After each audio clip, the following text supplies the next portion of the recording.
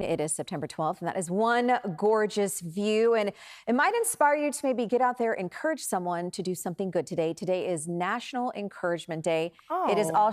also National Hugs and High Five Day. So let's give some Oh, my hugs. Get in here, Jess. girl. Group You're hug. the sweetest. Group hug. Honestly, High five your friends. Whatever you feel comfortable with. But it Yeah. is. And it's a good day to just go, it's sometimes a heavy news week. And Yeah. it's good to have those moments with people you care about. I need you in my life, Gianna. That was seriously the sweetest. Always, Jess. And I needed that hug, even though it was broadcasted on live TV. All right, here's what's happening for us as we head outside this morning.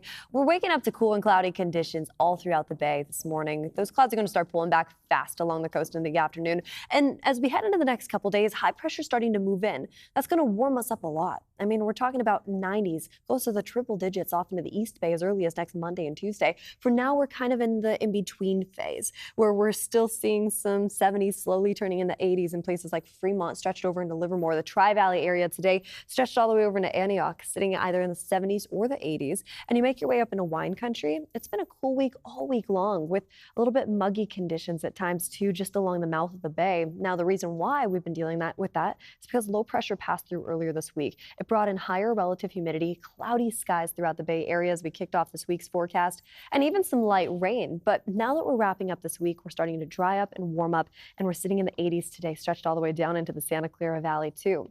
Let's talk about some changes that we can expect as we head into the afternoon hours today, starting off with the clouds. Of course, it's still cool and cloudy this morning, looking a lot different as we head into the afternoon hours as those start to pull back along the coast in places like Pacifica and Half Moon Bay. We're used to seeing cloudy skies during the summer months, not so much in our inland areas though. And that's going to start changing as we head into the next few days. At the same time, surface level winds will start to kick up a bit more just around lunchtime today, up to around 10-mile-per-hour wind speeds. That starts to ramp up a lot though into the evening hours tonight. If you're planning on doing an evening run tonight in places like Bodega Bay, Stinson Beach, San Francisco, it will be a little bit breezier. Let's talk about some other things happening for us though. We head over into our inland spots. Daytime highs today and tomorrow still pretty mild.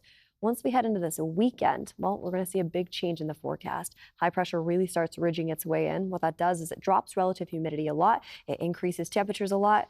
And those two things alone, I mean, start to get you to wonder, okay, what about fire weather conditions? Well, if we factor in some gusty afternoons, those are things we're going to be paying very close attention to with that moderate heat risk as we head into Monday, Tuesday, and Wednesday of next week for our inland spots. Not necessarily the case along the bay, though. I mean, a lot cooler and cloudier. That's what we're dealing with already this morning and tomorrow.